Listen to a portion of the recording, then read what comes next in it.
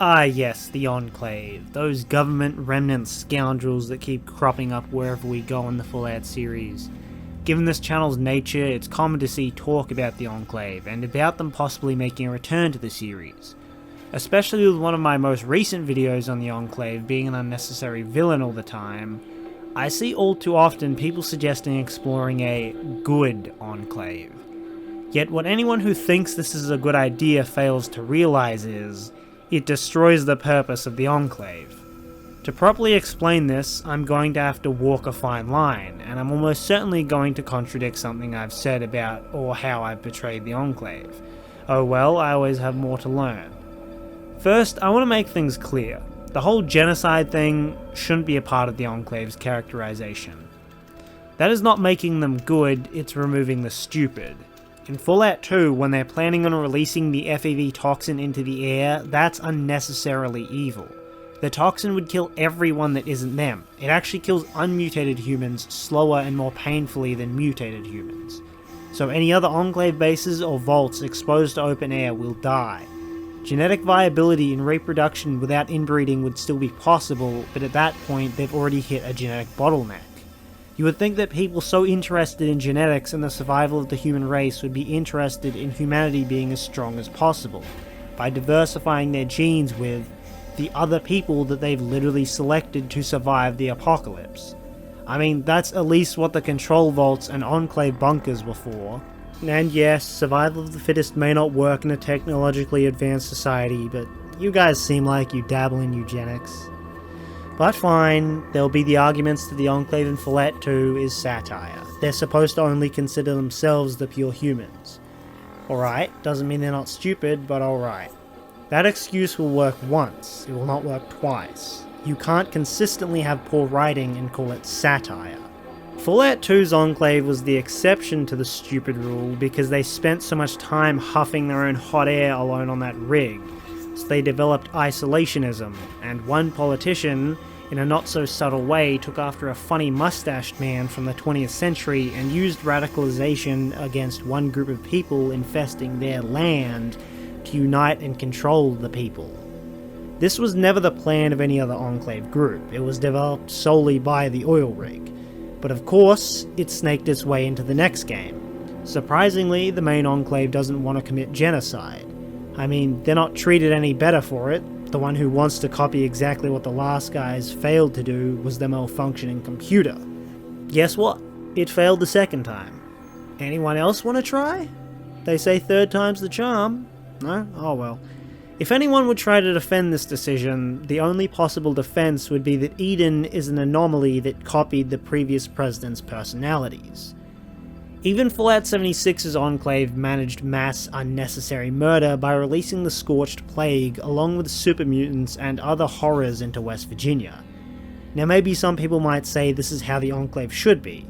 Maybe, but it doesn't work 3 or even 2 times. And I can guarantee the Enclave, whether villain or not, will return. There is no reason or possibility that any other Enclave group would use the same FEV bullcrap for genocide. Now that I've made the case for the Enclave to not be stupid, I can make the case for them to not be good. So apart from genocide, which we've established was developed by one offshoot of the Enclave, what actually makes up this faction? Well, they're the remnants of the government, so they consist of plenty of politicians along with a large military force and science division to accompany them. There's also plenty of patriotism packed in there, and from what I can tell, their primary objective is to reclaim the country. Given they're the remnants of the government, they have access to a plethora of continuity of government, defense command, and PAX bunkers. They would also have had access to the most advanced technology produced before the war. They also have the height of knowledge from before the war. This can range from mechanical engineering to combat tactics. So they're a faction consisting of the remaining government forces operating out of self-sustaining bunkers across the country. This obviously limits their forces to the capacity of the bunkers unless any expand out of the bunkers, which we haven't seen. But to counteract the small numbers, they should have the most well-trained troops with the most advanced weapons and equipment. The command structure is the same as the pre-war government, which by the time of the Great War had become increasingly authoritarian, nationalistic, and hell-bent on achieving their end goal by any means.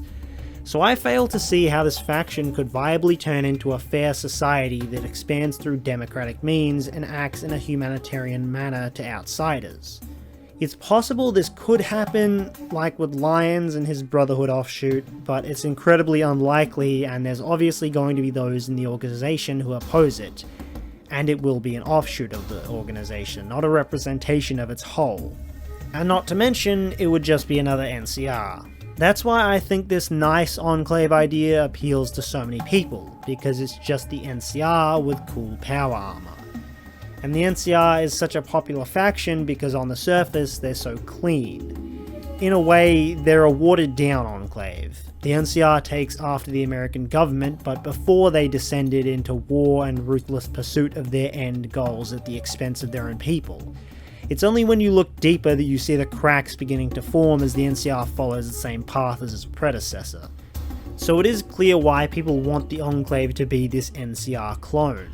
But it's also clear that this completely destroys the faction's identity and waters it down to make for easy digesting by the average consumer. Kind of like what's been done to the Fallout series for the past decade and a half. While the NCR is the biggest faction in the Wastes, it's more because they're the first ones to properly try and expand. Even then, their mostly democratic approach is shown to be a weakness, which provides one of the many conflicts of ideology in New Vegas. Do you choose the NCR that, for the most part, treats everyone fairly and is a true democracy, but the faults that come with that being, the system can be abused and create inequality, and the need for democracy can get in the way of progress, justice, etc. Do you choose that, or do you choose the Legion that stampedes its way through its obstacles and creates a safe society for its citizens, with the downsides being, well, slavery, sexism, and plenty of authoritarianism? Clearly the choice slants more to one direction because, as the developers said themselves, the Legion could have used a little more development. Which I think just makes an even better case for the Enclave. The Enclave is supposed to be more extreme than the NCR, even more than the Brotherhood, but barring any genocidal tendencies, they're much less extreme than the Legion. The Legion is one of, if not the most extreme faction Fallout, and a proper Enclave would accomplish what the Legion was supposed to. Because we can see that the NCR isn't at home in a nuclear apocalypse. Like I said before, they style themselves like the US government of old, back when the world wasn't on the brink. It seems counterintuitive to sprout out into the new world following a system that worked during the good times. Almost all other societies have sprouted out as quite authoritarian, and would probably reform into more democratic organizations as life becomes easier. It's quite amazing the NCR has survived and even thrived as long as it has. By all accounts, the Wasteland should have chewed it up and spat it out. Maybe somehow the NCR will continue on, or maybe they'll crumble under the weight of the Wasteland. Either way, this is not an appealing system for the Enclave to use. Continuing on from what I was saying about them accomplishing what the Legion couldn't, the Enclave can easily be a perfect example of that balance between what's necessary and what is moral. The Legion clearly goes too far into necessary by using slaves and valuing men only for their practical skills and women only for their ability to give birth. Then the NCR lets morality get in the way of what's necessary too often, or the rules with morality in mind only accounting for certain situations.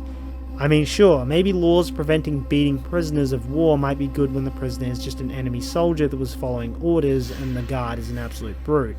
But it doesn't work when the prisoner is a cold-blooded murderer and the beating may incite information crucial to saving lives. But the Enclave, if done well, can walk this line perfectly. And again, Fallout 2's depiction of them might work as a one-off, but if the faction is going to continue to exist, then it has to actually be competent. So let me lay out the ideal Enclave, the way they should be depicted going forward. The Enclave is the remnants of the US government. Their identity as America is very central to their faction. As such, America's values should be upheld at all costs, to the point of religious fanaticism. These values, however, will be twisted because of the post-war environment. Everyone will be created equal until they cross the Enclave, which includes everyone in the Wasteland because they're still citizens of America. So anyone who disrupts the peace or wrongs the Enclave's people will face their immediate and swift justice. It might depend a little on whether this new Enclave is a military organization or if it builds a new civilian government, seeing as the pre-war one was split between the oil rig and the White Spring bunker. Regardless, the vast majority of offenders would suffer execution, this being raiders and the general scum of the wasteland. After all, bullets and rope are a lot cheaper than prisons. As for the minor offenders, military service or fines would be enough. The Enclave's main objective is to reclaim control over their country. As stated before, anyone who stands in the way of that will be treated as hostile. There's no room in the wasteland for diplomacy, and if the Enclave is going to survive, they can't pull their punches. They must do what's necessary to survive, but they also must hold up the American way above all else. Every man is created equal, so that means no slavery. Anyone who squanders God's gift of life, be that through murder, enslavement, or communism, will be met with nothing more than the death they deserve. How they treat mutants might be a bit complicated. The only Enclave group to consider all Wastelanders mutants is the High Command on the rig, so the regular people would most likely be considered normal humans to the Enclave. The only obvious mutants are ghouls. It's possible they might be treated as second-class citizens, however I doubt the Enclave would pass up the opportunity to have more soldiers or farmers, especially since ghouls are sterile. As for super mutants, there really shouldn't be any, unless of course the Enclave creates them, which I could see that happening, whether they are volunteers or prisoners. If the Enclave knew how to create super mutants, they would almost certainly use them as soldiers. So essentially the Enclave would be less racist than the Brotherhood because it gives them more soldiers, but they'd be much more bloodthirsty than any other faction, considering that they think the United States is their birthright, and that everyone who doesn't accept them as the rightful government are enemy separatists or invaders, which obviously means the Enclave would be strongly opposed to allying with any other factions. Maybe all of this doesn't sound ideal, but that's kind of the point. The Enclave should never be the best choice. They will always be the necessary choice, and maybe if you're a complete cynic, there'll be factions with even less morals than the Enclave. So in summary, no, the Enclave should not be good.